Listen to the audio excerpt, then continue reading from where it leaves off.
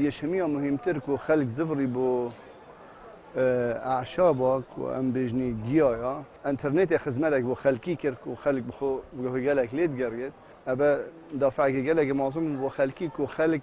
ببحثيت واتشتبري هنجي خلقني روشنبير بو طب البديل افان يعني طب الاعشاب خل امريكا بقاف كي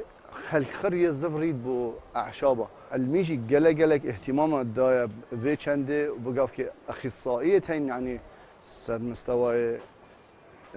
ماستر و دکترای بی بابت دیدن.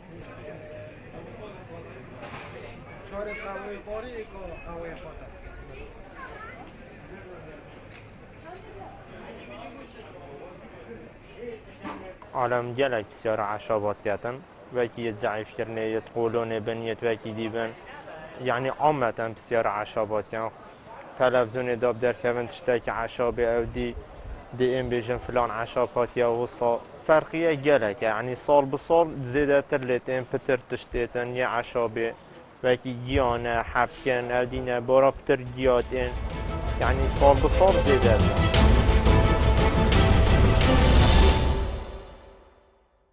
ڕۆژنامە نووس و میدیاکارانی کوردستان ئێوارەتان باش چۆن پەرەی سندووە هەموو ئەو گێڕانێژوویانە باش دەزانن وێنەی یەکەم بەدیلگیرایی زۆر گرینگە پرس و بابەتێکی وەزارەتی ڕۆشنبیری کە ئەویش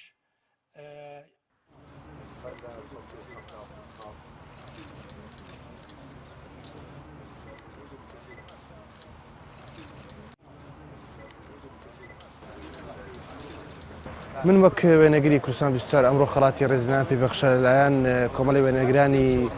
کوردستان خۆ بەخۆشحاڵ دەزانم هیوادارم بتوانم کاری جوانتر و کاری گەورەتر بۆ کەناڵەکەم کوردستان 24 و بۆ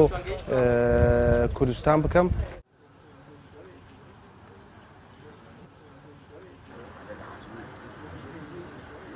براستی اف خلاتت هد بیتا پال پشت بومک و ام پتر کار خدا خو پیش بخین و اف خلاتی ها نباش بومک تنه و همین حواله منوید چنه برای که شری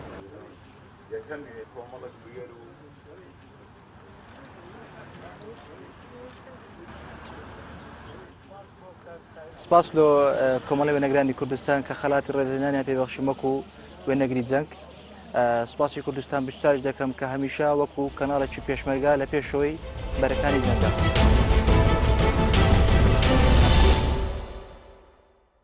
لەسەر ئەم ناوەندە ئاگادار بووین بیرۆکەی دامازراندنی ناوەندێکی لەم جۆرە لە چەند شوێنی جیاواز ئەدیبان و نووسەران بەسەر بکەینەوە. بەردەوامیمان مانای بەرنەدانی ورە و نەوەستانی کاروانەکە بوو.